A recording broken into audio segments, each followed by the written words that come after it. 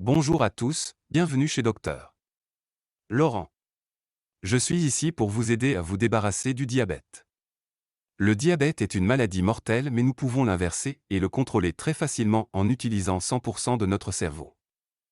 Imaginez un voyage dans la vie où la route est déjà sinueuse et difficile. Imaginez maintenant cette route avec des embûches inattendues, des pièges qui sont difficiles à voir mais périlleux lorsqu'ils sont rencontrés. Pour ceux qui vivent avec le diabète, la vie peut souvent ressembler à ce genre de voyage. La gestion des niveaux de sucre dans le sang, le régime, l'exercice et les médicaments est déjà un effort à plein temps. Pourtant, dans ce paysage déjà complexe, il y a des dangers cachés que beaucoup ne s'attendent pas. Deux vitamines qui, malgré leurs avantages, souvent vantés, pourraient accélérer le chemin vers des complications graves, même la mort. Mais avant de continuer, si nous ne pouvons pas nous débarrasser de la maladie, nous pouvons nous débarrasser de la maladie et la contrôler. Mais avant de continuer, si vous appréciez toutes les informations et les recherches nécessaires à la réalisation d'une vidéo comme celle-ci, cela vous aidera énormément d'appuyer sur le bouton j'aime et s'abonner. Merci. L'idée que les vitamines raccourcissent la vie est pour le moins contre-intuitive. Après tout, les vitamines sont généralement considérées comme les bonnes choses, les nutriments essentiels qui soutiennent notre corps d'innombrables façons. Elles sont vendues dans des bouteilles lumineuses et joyeuses qui promettent une meilleure santé, plus d'énergie et une vie plus longue, mais comme le dit l'adage, trop de bonnes choses ne sont pas bonnes. La vitamine A est bien connue pour son rôle dans la fonction immunitaire de la vision et la santé de la peau. C'est un antioxydant puissant qui aide à protéger les cellules contre les dommages causés par les radicaux libres, mais la frontière entre ce qui est bénéfique et ce qui est nocif peut être mince pour les diabétiques. Les doses élevées de vitamine A ont été associées à un risque accru de résistance à l'insuline, une condition dans laquelle les cellules du corps ne répondent pas efficacement à l'insuline, ce qui entraîne des niveaux élevés de sucre dans le sang. Cette résistance peut être particulièrement dangereuse pour les diabétiques, car elle peut aggraver la condition même qu'ils essaient de gérer. Dans une étude de 2012 publiée dans la revue Diabète Care, les chercheurs ont constaté que les personnes ayant des niveaux plus élevés de rétinol, la forme active de la vitamine A, avaient un risque significativement plus élevé de développer un diabète de type 2. Cette étude a montré que les personnes ayant des niveaux plus élevés de rétinol, la forme active de la vitamine A, avaient un risque plus élevé de développer un diabète de type 2. Cette étude a observé plus de 3000 participants sur une période de 10 ans et a conclu que ceux qui avaient des niveaux élevés de rétinol étaient plus susceptibles de développer une résistance à l'insuline et, par la suite, un diabète. Cela suggère que, bien que la vitamine A soit nécessaire pour la santé en général, une trop grande quantité peut faire pencher la balance dans la mauvaise direction, en particulier pour les personnes déjà à risque ou qui gèrent un diabète. Le rôle du foie dans la gestion de la glycémie signifie que lorsqu'il est compromis, l'ensemble du système est déséquilibré, ce qui peut entraîner des épisodes d'hyperglycémie plus fréquents et plus graves.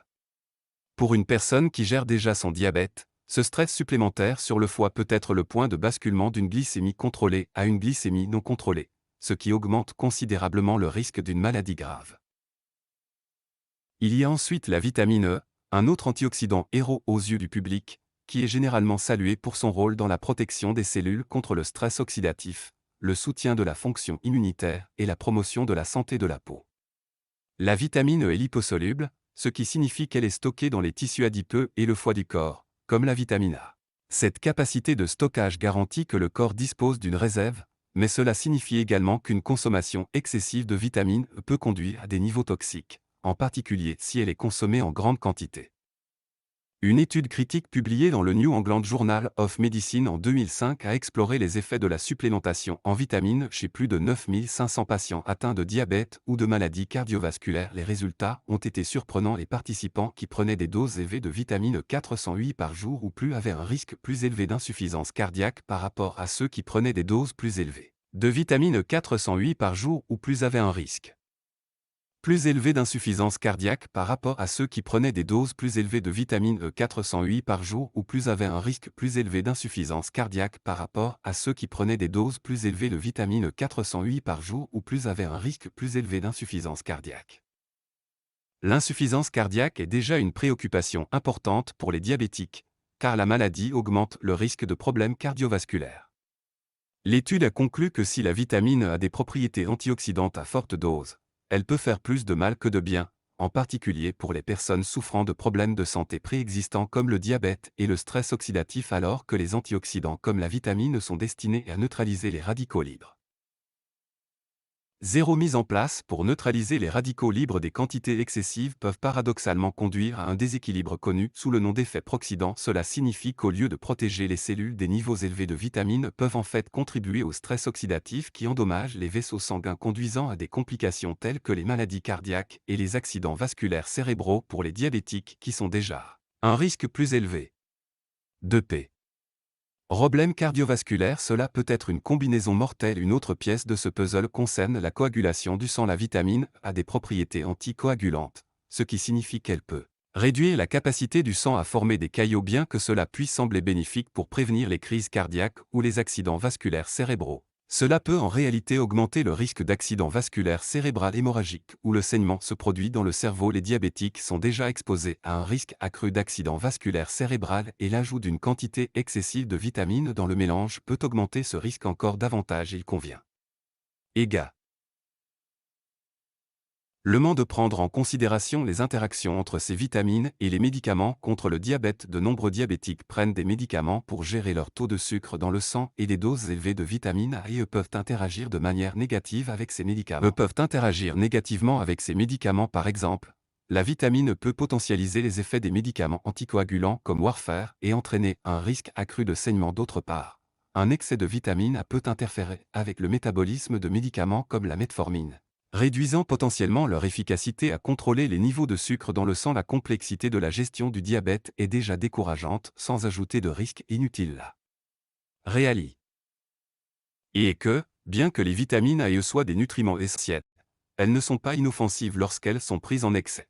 En particulier pour les personnes atteintes de diabète, ces vitamines ne sont pas inoffensives pour les personnes atteintes de diabète.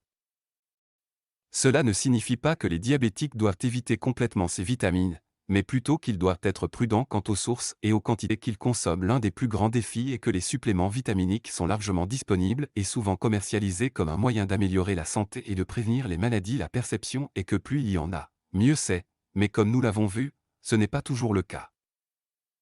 Il est essentiel que les diabétiques comprennent que leur corps a des besoins et des vulnérabilités différentes. Ce qui peut être sans danger pour la population générale peut être nocif pour une personne qui gère une maladie chronique comme le diabète. Alors, où en sont les diabétiques? La clé est l'équilibre et la prise de décision en connaissance de cause. Avant de prendre une bouteille de supplément de vitamine A ou E, il est important de consulter un professionnel de la santé. Des tests sanguins PE déterminer s'il y a une carence qui doit être traitée, mais dans la plupart des cas, un régime alimentaire bien équilibré fournira la vitamine A ou E nécessaire à l'organisme.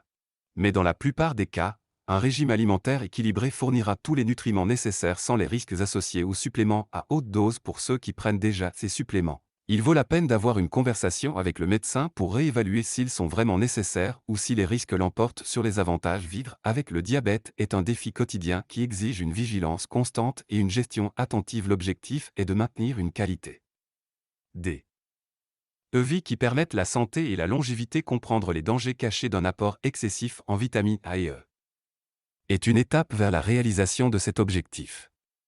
Bien que ces vitamines soient importantes, elles ne constituent pas une panacée et pourraient même être une menace silencieuse tapie dans l'ombre. Elles nous rappellent qu'en matière de santé, plus n'est pas toujours mieux et que parfois moins est plus. Si vous avez trouvé cette vidéo utile, veuillez lui donner un pouce en l'air et n'oubliez pas de vous abonner au Dr Laurent pour obtenir d'autres conseils de santé.